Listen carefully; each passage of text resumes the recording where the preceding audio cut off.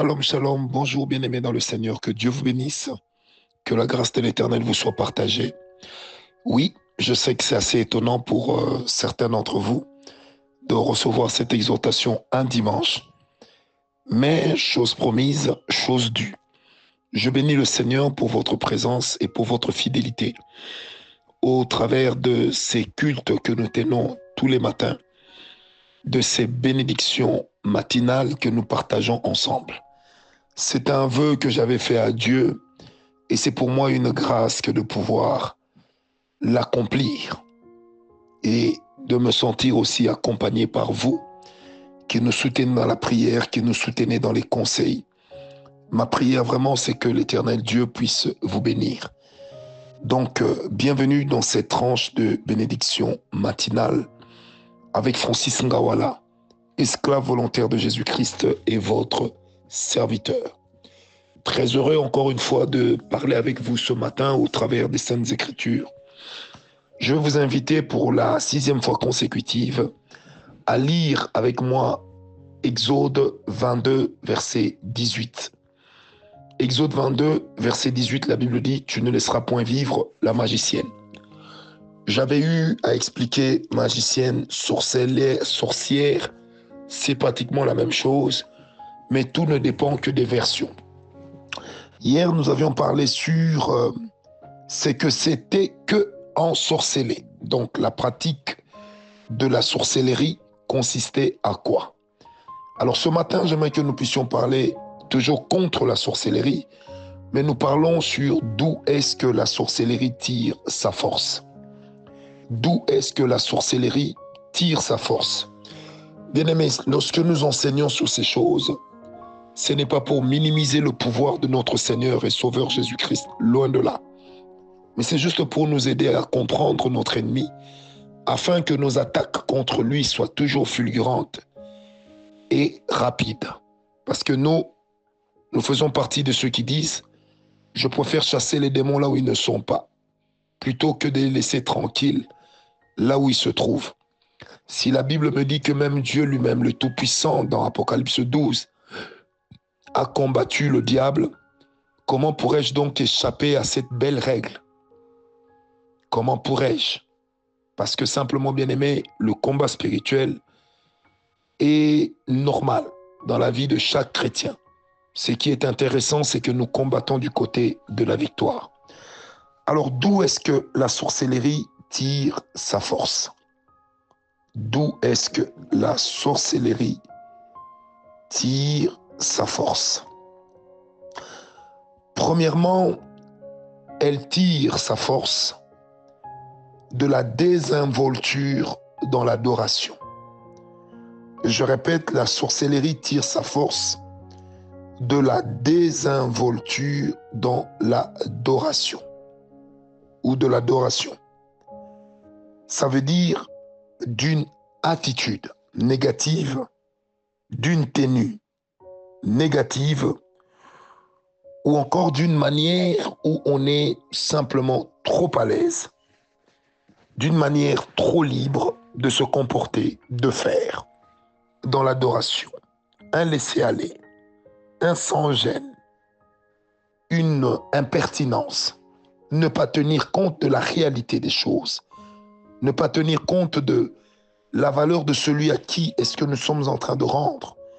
Notre culte d'adoration ouvre la porte contre la sorcellerie et permet à la sorcellerie d'y tirer sa force.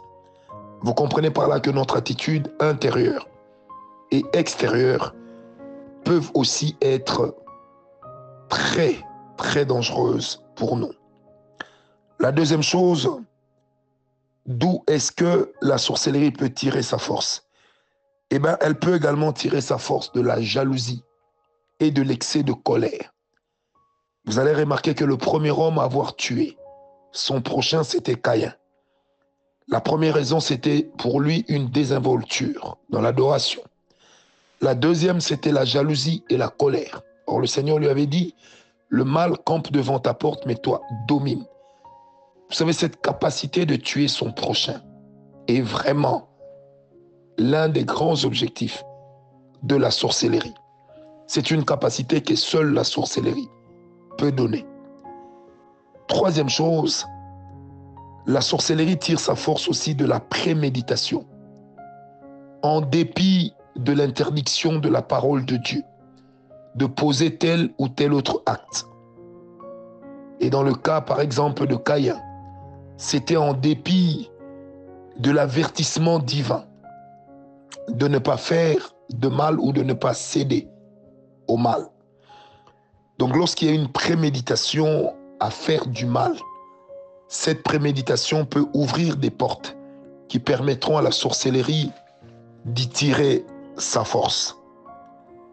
La sorcellerie tire également sa force de la rage meurtrière.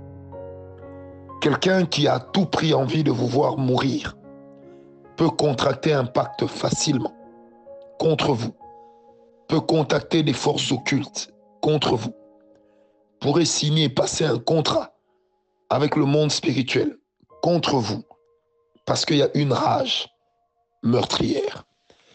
Vous savez, lorsqu'on en arrive à voir des gens qui commettent des exactions, qui violent, qui tuent, qui vont jusqu'à manger, à consommer la chair humaine, bien aimé, ils ne font que dans la chair ce que la sorcellerie fait en esprit. La rage meurtrière, le mensonge effronté, amène et attise aussi les flammes de la sorcellerie. Amen, amen. Mais je reviens à un point sur lequel j'ai l'impression d'être vite passé, c'est la jalousie. Quand il y a une grande jalousie dans votre cœur, vous savez, la jalousie pousse l'homme à tuer, à mal agir.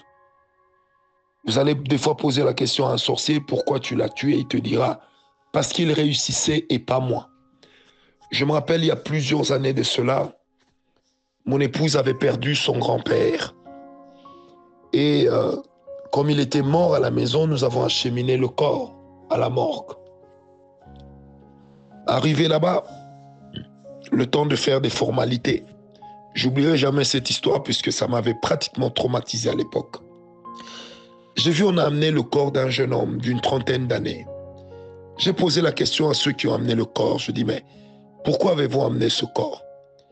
Ils me disent clairement, ils disent, oh papa, c'est notre oncle qui l'a mangé. J'ai dit, votre oncle qui l'a mangé? Il n'est pas un morceau de viande.